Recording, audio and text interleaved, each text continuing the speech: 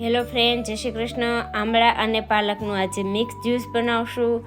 તો આમળામાં ભરપૂર પ્રમાણમાં સી હોય છે અને પાલક રોજ ખાવાથી બહુ બધા ફાયદા મળે છે, જેવા કે હિમોગ્લોબિનમાં વધારો થાય, આંખનું તેજ વધે અને ડાયટવાળા અને બીપીવાળા રોજ આ ખાઈ શકે આમળા અને પાલકનું જ્યુસ।